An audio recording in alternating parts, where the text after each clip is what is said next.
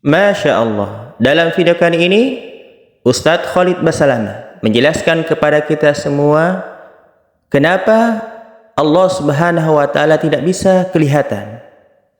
Mari kita saksikan video ini, mudah-mudahan bisa menambah wawasan keilmuan kita dan bisa memberikan inspirasi kebaikan buat kita semuanya, sehingga kita bisa menjadi hamba yang lebih bertakwa lagi kepada Allah Subhanahu wa Ta'ala.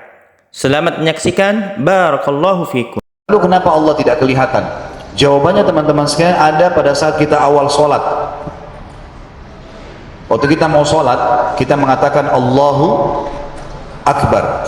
Ini jawabannya. Akbar ini dalam bahasa Arab sesuatu yang digunakan untuk melampaui batas. Jadi misal gini, karena Al-Quran dan Sunnah dalam bahasa Arab, kita pelajari bahasa Arab itu. Kalau orang Arab melihat sebuah benda besar, bagi dia ini besar, dia mengatakan kabir. Masjid misalnya, Cud Mutia kabir, ya? Bisa dikatakan begitu. Tapi kalau orang Arab ini melihat sebuah benda yang besar sekali, bagi dia pribadi, tidak ada lebih besar daripada itu, maka dia menggunakan kalimat akbar. Kalau bahasa Indonesia, kamus kita menggunakan istilah maha. Makanya diterjemahkan, kalau maha berarti nggak ada lagi di atasnya. Maka Allah diterjemahkan di sini Allahu Akbar, Allah Maha Besar. Tapi secara letter makna bahasa Arabnya kita mengikrarkan Allah itu yang paling besar, nggak ada lagi lebih besar daripada itu. Ini jawaban. Bagaimana memahaminya? Kita ikutkan dengan atau kita kuatkan dengan sebuah hadis Nabi SAW yang berbunyi, kata Nabi SAW, perumpamaan bumi yang kalian tinggali ini dibandingkan dengan langit yang ada di atas kepala kalian. Dan kebetulan waktu itu Nabi SAW sedang menafsirkan surah Al-Mulk ayat 3. Alladzi khalaqa sab'a samawatin tibaqa. Allah menciptakan 7 lapis langit tibaqa, susun 1, 2, 3, 4, 5, 6, 7 bumi di bawahnya, gitu kan? Jadi ini langit yang pertama nih, kita di bawahnya. Di atasnya masih ada 6 lapis langit. Ma tara fi khalqir rahmani min tafawut. Kau tidak akan pernah bisa mendapatkan kekurangan di makhluk atau ciptaannya Allah, gitu kan? Kemudian Allah SWT tantang kita, coba lihat matamu angkat ke langit, maka niscaya kau akan turunkan pandangan matamu dalam kondisi capek sementara kau belum dapatkan kelemahannya, celah buruknya, retakannya. Lalu kata Allah, coba kembalikan pandanganmu sekali lagi, maka kau akan temukan pandanganmu, kau akan turunkan dalam kondisi letih sementara kau belum dapatkan kelemahannya. Baik, waktu menjelaskan tafsir ayat ini, kata Nabi SAW, perumpamaan bumi kalian dibandingkan langit pertama hanya seperti cincin dibuang di padang pasir. Dalam riwayat lain dikatakan seperti biji dibuang di sawah. Makanya kita putar-putar dimanapun di muka bumi ini nggak pernah lihat ujungnya langit. Ada yang pernah lihat ujungnya langit nggak? Hah? Kalau ada sampaikan, kita juga mau lihat. Mau di Amerika, mau di Saudi, mau di Indonesia, langitnya gini-gini terus, nggak pernah kita dapat ujungnya. Ternyata jawabannya secara dalil memang karena dia besar seperti padang pasir yang luas, kita seperti cincin yang kecil. Dan ternyata teman-teman sekalian, subhanallah, ini membenarkan firman Allah dan perkataan Nabi Muhammad SAW. Ini bukan cuma statement wahyu, secara ilmiah juga terbukti. Semua ilmuwan sepakat mengatakan manusia mustahil ada yang bisa menjamah langit dengan tangannya, karena jarak antara bumi sama planet-planet saja yang miliaran jumlahnya berada di bawah langit, itu sudah mustahil manusia bisa jangkau. Saya pernah jelaskan ini, dan salah seorang dosen di UI, teman dekat saya, dia kebetulan salah satu ketua ormas Islam, ikut sama saya sampai ke Ternate. Itu ada daurah pesantren kilat. Terus saya jelaskan, dia bilang, Ustaz tahu nggak, dalam ilmu pengetahuan pada abad 18, kebetulan beliau mengajar di pengetahuan alam, abad 18, para ilmuwan mengira bahwasanya planet terbesar di langit ini hanya matahari, dan matahari itu terbukti secara ilmiah jutaan kali lebih besar daripada bumi. Seperti itulah. Dan ternyata para ilmuwan dikagetkan di abad ke-19, satu abad setelah itu, dengan teknologi lebih canggih, ternyata di langit ini, di alam semesta ini, ada miliaran matahari dengan planet-planetnya dengan jarak sekian juta tahun.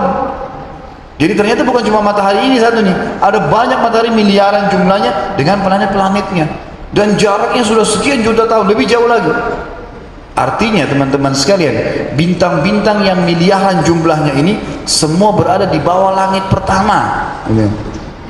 Makanya ilmuwan mengatakan mustahil manusia bisa jamah langit dengan tangannya, nggak mungkin. Subhanallah, saya pernah baca buku anak saya kelas 2 SD, ilmu pengetahuan alam. Kita pelajari itu waktu kita masih SD. Saya waktu itu tidak ingat lagi kan gitu. Tapi jelas anak saya lagi belajar kelas 2, saya buka. Kebetulan judulnya Alam Semesta. Ada satu paragraf yang menggelitik saya. Bunyinya begini.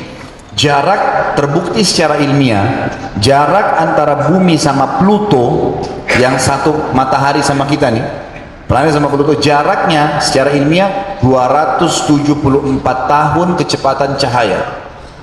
Sudah 274 tahun tambah kecepatan cahaya, gitu kan? Ini luar biasa. Anggap 274 tahun saja deh. Saya kadang-kadang bercanda di pengajian saya bilang, Bapak Ibu sekalian, kalau kita kirim astronot bayi umurnya 70 tahun mati tengah jalan, gitu kan? Belum sampai ke Pluto tuh.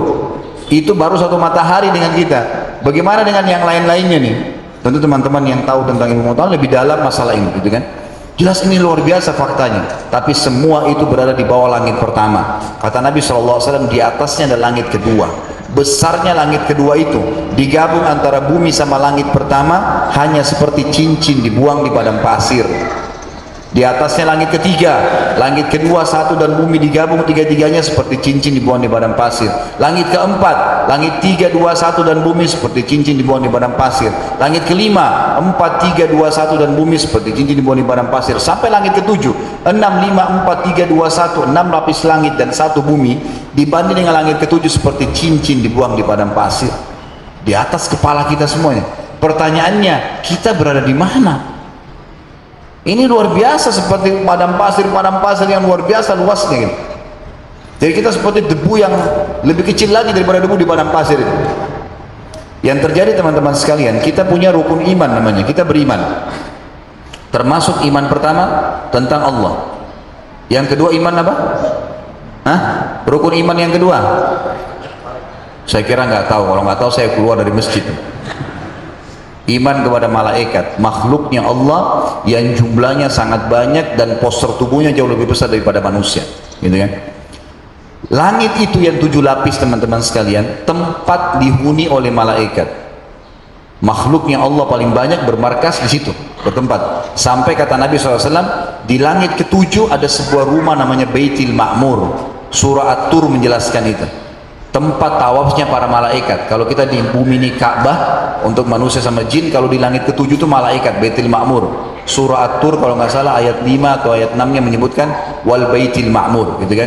Kata Nabi SAW dalam hadis sahih riwayat Bukhari, setiap hari 70.000 malaikat tawaf, pergi nggak pernah kembali lagi. Riwayat mengatakan masuk ke dalamnya dan tidak akan keluar lagi. Allah sudah musnahkan. 70.000 lagi besok, terus begitu. Berapa jumlah malaikat? Dan malaikat ini kata ulama ada namanya ismul jins, ada ismul fard. Ada nama kelompok, ada nama individu. Tentu khilaf di antara ulama tentang nama-nama malaikat ini ya. Ada yang mengatakan misal Raqib dan Atid itu cuma istilah. Istilah malaikat yang mencatat amal. Tapi ada yang mengatakan tidak. Raqib memang nama malaikat yang mencatat amal baik, Atid yang mencatat amal buruk. Ini dua ulama. Kita ambil pendapat yang kedua misalnya, mengatakan Raqib malaikat mencatat amal baik dan Atid mencatat amal buruk. Ma yalfidu min qaulin illa ladaihi raqibun atid. Ayat dalam surah Qaf, gitu kan? Taib. Sekarang kalau Raqib dan Atid setiap manusia pasti ada di pundak kanan dan kirinya. Jumlah populasi manusia hari ini teman-teman sekalian 7,3 miliar jumlah manusia. Dari yang bayi sampai orang tuanya yang masih hidup. Berarti kalau setiap manusia ada Raqib dan Atid, berapa jumlah Raqib dan Atid? 14,6 miliar. Itu baru malaikat yang dampingi manusia. Ada tentu bahasan sendiri. Kalau teman-teman tahu Ustaz, ada buktinya nggak malaikat ada? Ada. Dalam hadis kata Nabi SAW, semua kalian punya qarin, pendamping dari malaikat dan dari syaitan. Malaikat selalu ingatkan kebaikan, syaitan mengingatkan keburukan. Syaitan bisa ada yang lihat syaitan nggak? Nggak ada kan? Dari mana kita tahu syaitan ada? Dari bisikannya. Malaikat juga kita tahu dari bisikannya. Jadi misal gini, coba niat nanti malam saya mau sholat tahajud, terus terbangun tuh. Itu yang bangunin kata ulama malaikat kita, pendamping. Tiba-tiba ada bisikan dalam hati, tahajud, sholat, itu udah azan, ada orang miskin lewat, bantu, itu majelis ilmu hadir, itu bisikan malaikat. Kita tangkap nggak? Nanti syaitan membisikkan juga, jangan, malam masih panjang, tidur aja, besok ada meeting, nanti kamu ngantuk, macam-macam. Tinggal dia milih yang mana nih. Itu bukti nyata ada malaikat dan ada syaitan, gitu kan? Baik, kita bahas nih masalah malaikat. Kata Nabi SAW dalam hadis Sahih riwayat Bukhari Muslim, waktu saya sedang dimi'rajkan ke langit, naik ke langit menerima perintah sholat, gitu kan? Maka saya menembus 7 lapis langit tersebut, dan demi zat yang ubun-ubunku dalam genggamannya, maksudnya demi Allah, tidak ada tempat yang saya lewatin di 7 lapis langit itu ukuran 4 jari manusia, kecuali saya temukan malaikat sedang sujud atau ruku. Penuh dengan malaikat tuh, yang luas langit ini penuh dengan malaikat, luar biasa. Dan malaikat saya katakan tadi ada nama kelompok, ada nama individu. Kalau individu seperti Jibril, Mikail, Israfil, ini nggak ada malaikat lain, cuma satu saja. Tapi tadi Raqib dan Atid, ada Munkar dan Nakir, ada malaikat maut, gitu kan? Jadi kalau ada 1 juta orang mati, 1 juta malaikat yang cabut ruhnya, gitu kan? Bukan satu saja malaikat, seperti itu memahami. Tapi ini ada bahasan sendiri tentunya. Intinya langit itu dipenuhi oleh malaikat. Dalam hadis Bukhari yang lain dikatakan, pantas langit itu mengeluarkan suara seperti unta, induk unta yang terbebani dengan sangat berat, karena berat punggungnya dia ngeluarin suara. Pantas langit mengeluarkan suara seperti itu, karena tidak ada ukuran 4 jari manusia di langit sana, kecuali ada malaikat yang sedang ruku atau sujud. Jadi penuh mereka. Di atas langit ke-7 teman-teman sekalian, ada tempat namanya Sidratil Muntaha. Pernah dengar ya? Ini disebutkan dalam banyak surah Al-Quran juga tentang pertemuan Nabi SAW dengan Jibril di Sidratil Muntaha. Ini besarnya, kata Nabi SAW, digabung antara 7 lapis langit dengan bumi, 8-8-nya hanya seperti cincin dibuang di padang pasir. Di atas Sidratil Muntaha Allah ciptakan sebuah lautan. Allah jelaskan dalam Al-Quran, wa kana arsyu 'alal ma', singgasananya Allah di atas air. Kata Nabi SAW, ada lautan, luasnya lautan itu digabung antara Sidratil Muntaha, 7 lapis langit dan bumi, 9-9-nya hanya seperti cincin dibuang di padang pasir. Di atasnya ada arsy-nya Allah.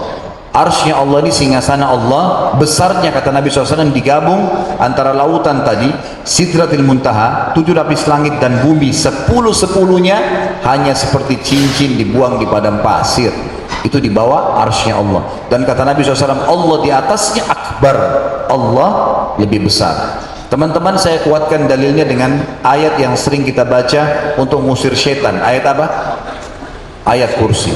Ayat ini artinya informasi. Kursi itu dalam bahasa Arab bukan kayak yang kita dudukin nih, tapi kursi itu artinya dalam bahasa Arab pijakan kaki raja di singgasana.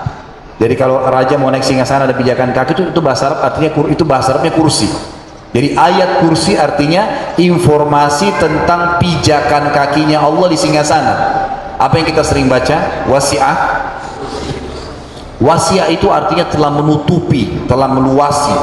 Kursiyuhu, pijakan kakinya dia, Allah. Lanjutan ayatnya, as-samawati wal ard, pijakan kakinya saja Allah di singgasana telah menutupi seluruh langit dan bumi ini. Kalau jawab pertanyaannya, lalu kenapa Allah tidak kelihatan? Karena Allah terlalu besar untuk dijangkau oleh mata manusia. Gak bisa.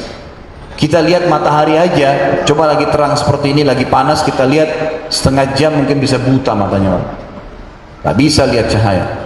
Dan bukan cuma kita teman-teman sekalian, semua nabi-nabi belum ada yang lihat Allah. Nabi Muhammad SAW, Nabi yang penutup, Nabi mulia dalam hadis Bukhari, waktu beliau menikah dengan Aisyah, Aisyah bertanya pertama kali, mengatakan, ya Rasulullah, waktu anda mi'raj ke langit, har tara rabbak, anda sempat lihat Tuhan anda enggak? Kata Nabi SAW, Allahu nurun ala nur anna arah, Allah itu cahaya di atas cahaya, bagaimana saya bisa melihatnya? Sebelumnya Nabi Musa AS sempat bilang, waktu terima 40 hari di Bukit Tursina menerima kitab Taurat, ya, ini tiap hari turun nih, turun satu surah, berapa ayat gitu. Nabi Musa AS di atas gunung Tursina, menyaksikan tuh fenomena alam, pergantian siang malam, sebentar hujan, sebentar panas, hewan-hewan yang lari-lari, gunung-gunung yang banyak. Tursina itu perlu teman-teman tahu, itu lembah padang pasir penuh dengan mungkin ratusan gunung-gunung batu, gitu kan. Dan ada gunung-gunung yang tinggi, ada di situ dikenal dengan gunung Tursina, tempatnya Nabi Musa naik gunung tertinggi. Jadi bisa lihat semua yang lainnya gitu. Nabi Musa alaihissalam selama 37 hari waktu berjalan, kagum-kagum dengan ciptaan Allah nih. Hari ke-37 dari 40 hari itu, sempat Jibril alaihissalam datang membawa ayat, lalu Musa berkata, wahai Jibril, sampaikan kepada Allah, saya ingin melihatnya. Mau lihat Allah. Lalu Jibril alaihissalam sampaikan, lalu Allah berfirman kepada Musa alaihissalam. Dikatakan, wahai Musa, Jibril bilang, Tuhanmu mengatakan kepadamu, ya. Waktu dalam ayat Quran dikatakan, a'udzu minasyaitonir rajim, Rabbi arini anzur ilaik, wahai Tuhanku, izinkan aku melihat padamu. Qala lan tarani, kata Allah, kau tidak akan mampu melihatku, hai Musa. Tapi Allah enggak mau kecewakan, Allah mengatakan, walakin anzur ilal jabal, tapi coba lihat gunung-gunung yang ada di sekitarmu itu. Karena Nabi Musa paling kagum dengan gunung-gunung batu itu. Fa in istaqarra makanahu, kalau mereka bisa menampung kedatanganku, fasawfa tarani, kau akan bisa melihatku. Lalu Allah bilang, falamma tajalla rabbuhu lil jabal, waktu Tuhannya Musa sudah mulai baru niat mau datang, belum datang gitu kan, ja'alahu dakka, semua gunung itu berantakan, hancur. Wa kharra Musa sa'iqa, dan Musa tiba-tiba pingsan karena lihat batu bertabrakan di depan matanya. Waktu dia bangun, Musa cuma mengatakan, saya sudah beriman kepadamu ya Allah. Udah. Jadi nabi-nabi pun belum ada yang lihat Allah. Pertanyaannya, kapan kita melihat Allah? Nah, hadis Bukhari menjelaskan kita akan melihat Allah di hari kiamat nanti. Yang pertama di mahsyar. Hadis pertama kata Nabi SAW, kalian akan melihat pertama kali Tuhan kalian di mahsyar, tapi dalam bentuk cahaya yang terang seperti bulan purnama di malam Lailatul Qadar. Makanya sebagian ulama mengatakan ciri Lailatul Qadar walaupun di akhir bulan itu ada bulan purnama. Sementara karena diambil dari hadis ini. Jadi Allah masih dalam bentuk cahaya, belum ketahuan, belum kelihatan, tapi manusia sudah tahu dan seluruh tahu pada saat itu ini Tuhan kita Allah Subhanahu wa taala. Lalu pertama kali kita akan lihat secara fisik Allah di surga. Dan kata para ulama, melihat Allah ini adalah nikmat terbesar di surga. Disebutkan dalam hadis Bukhari Muslim bahwasanya Nabi SAW bersabda, kalau seluruh penghuni surga sudah masuk ke dalam surga, termasuk yang disiksa dulu di neraka, yang punya dosa-dosa disiksa di neraka, semua sudah keluar. Di neraka itu tinggal orang munafik sama orang kafir aja, udah nggak ada lagi orang yang akan masuk ke dalam surga gitu. Sudah keluar semua, sudah masuk surga. Lalu Allah Subhanahu wa taala mengumpulkan ahli surga dan berkata kepada mereka, apakah kalian sudah puas dengan nikmat yang saya berikan? Maka mereka semua mengatakan, nikmat apa lagi ya Allah? Yang kami inginkan setelah Engkau selamatkan kami dari neraka, kami masuk ke surga. Perlu kita tahu teman-teman sekalian, insya Allah kita semua masuk di surga. Penghuni surga bisa lihat penghuni neraka agar mereka terus bersyukur kepada Allah. Penghuni neraka bisa melihat penghuni surga agar mereka selalu menyesal. Memang begitu. Maka mereka berkata dalam hadis Bukhari Muslim ini, nikmat apa lagi ya Allah setelah Engkau selamatkan kami dari neraka, kami masuk ke dalam surga? Sudah luar biasa nih. Belum bicara nikmat makanan, minuman, pakaian, fasilitas permadani dan segala ini belum dibahas. Lalu kata Allah Subhanahu wa taala dalam dua riwayat Bukhari, yang pertama, hari ini aku angkat murkahku, kalian boleh berbuat semau kalian. Artinya ahli surga sudah tidak ada hukuman lagi. Lalu kata Nabi SAW, dan ahli surga tidak akan buat kecuali kebaikan. Semenjak itu mereka akan buat kebaikan saja. Yang kedua, ini yang saksi bahasan, Allah mengangkat hijabnya, pembatas antara dengan hamba-hambanya. Lalu pertama kali seluruh penghuni surga melihat Allah, dan begitu mereka melihat fisik Allah, mereka langsung mengatakan, ya Allah, tidak ada nikmat yang mengalahkan melihat wajahmu yang mulia. Maka semua buku teman-teman sekalian, tidak terkecuali, asal buku ini berujukan dengan Al-Quran dan Sunnah, menjelaskan masalah fasilitas surga, pasti mereka menulis nikmat terbesar di surga itu adalah melihat wajahnya Allah. Jadi bukan permadani, bukan istana, bukan bidadari, tapi melihat wajahnya Allah. Dan dikatakan pada hadis ini penutupannya, Allah memperlihatkan dirinya untuk ahli surga setiap pagi dan setiap sore. Jadi mereka melihat fisik Allah Subhanahu wa taala. Jadi ini alasan kenapa Allah tidak kelihatan.